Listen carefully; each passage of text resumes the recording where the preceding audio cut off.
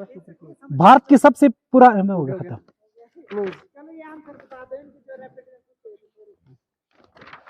देखो भाई, सबसे पहला प्रश्न पूछा था, पृथ्वी पर कितना प्रतिशत जल पीने योग्य है। भाई धरती पर पीने योग्य कितना है? पानी तो बहुत है, पर पीने योग्य नहीं है। वो है पीने योग्य 2.97%, 2.97%, ये है इसकी प्रतिशत।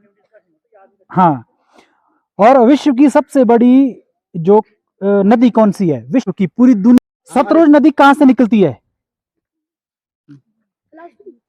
क्षेत्रफल के हिसाब से किस राज्य का वन क्षेत्रफल सबसे अधिक है? लक्षद्वीप किस सागर के मध्य स्थित है?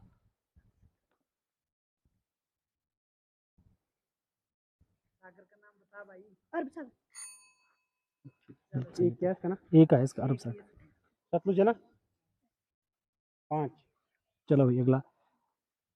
भारत की सबसे पुरानी पर्वत श्रृंखला कौन सी है?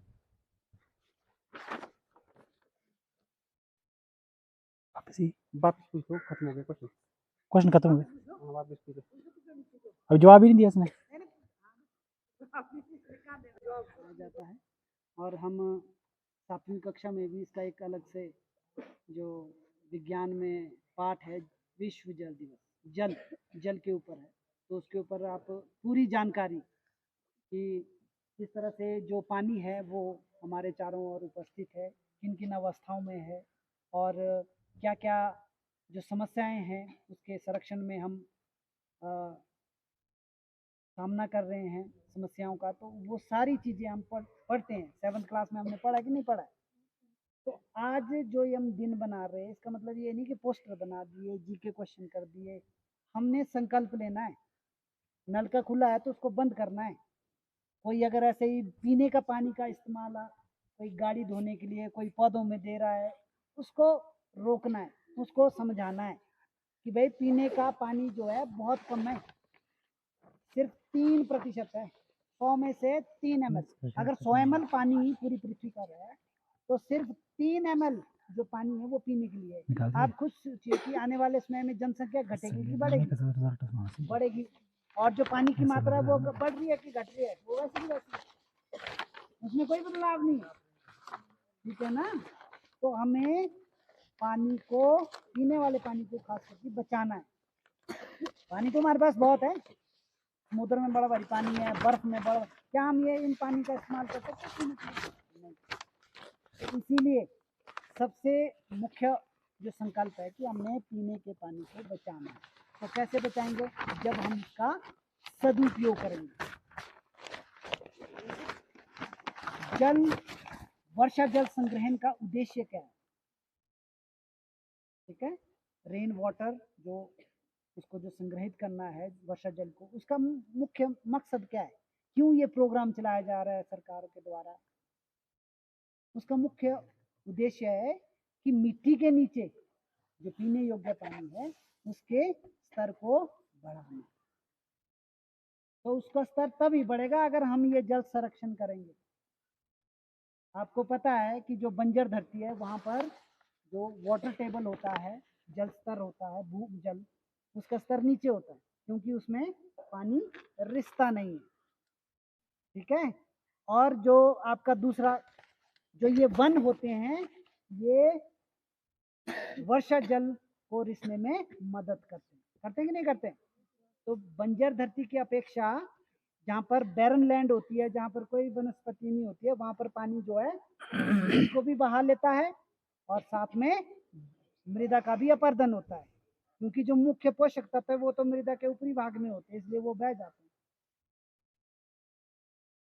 पीछे कई वर्षों से हम इस दिवस को मनाते आ रहे हैं, लेकिन मैंने कई बार देखा है, खास करके यहाँ आप देख रहे हैं, आप दिनचर्या में जो भी आपके गतिविधियां होती है, कभी हाथ धोने जाते, कई बार नल का खुला छोड़ जाते।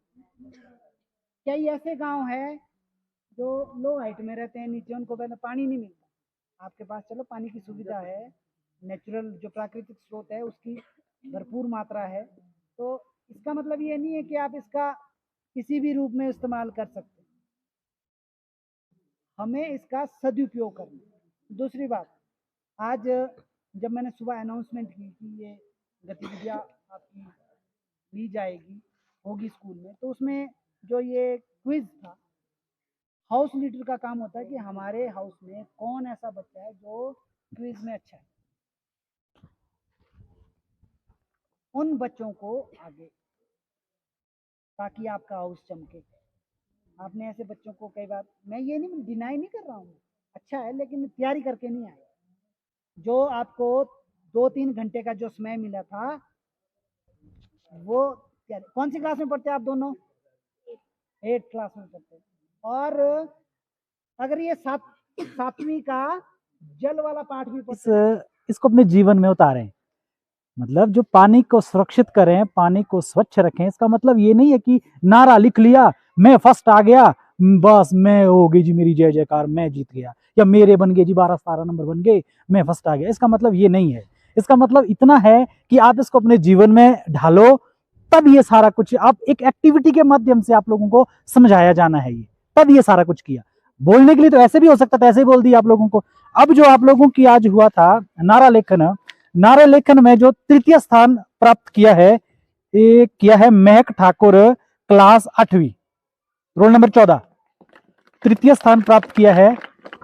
इनको देना है जी, अपने पास ही रखना है, ठीक है। तो इनके लिए तालियां हो गई है, बैठो। उसके बाद दूसरा स्थान प्राप्त किया है Anshita Thakur, 9th class, roll number 2, सदन चिनाब है, आस्था, हाँ आस्था ठाकुर, आस्था ठाकुर, रोल नंबर 2, हाँ, इन्होंने दूसरा स्थान प्राप्त किया है।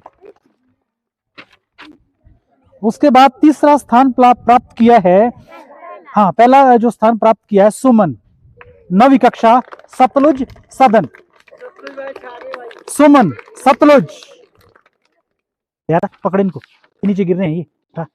अब हो गया, अब आया पेंटिंग कंपटीशन। इसमें तीसरा स्थान प्राप्त किया है नाम पूजा, कक्षा 9th, पूजा। और दूसरा स्थान प्राप्त किया है jasmine, 7th class, roll number 6। तालियां हो जाए खूब गड़गड़ाहट के साथ, हाँ ये बनी बात। प्रथम स्थान प्राप्त किया है जिसमें याशिका, यमुना सदन से, 9वीं क्लास, बहुत जोर से तालियां, हाँ यमुना को कुछ मिला, चलो ठीक है, चलो दे दो दे दो दे दो दे दो दे दो। तो इसी के साथ आपका कार्यक्रम समाप्त हुआ, धन्यवाद।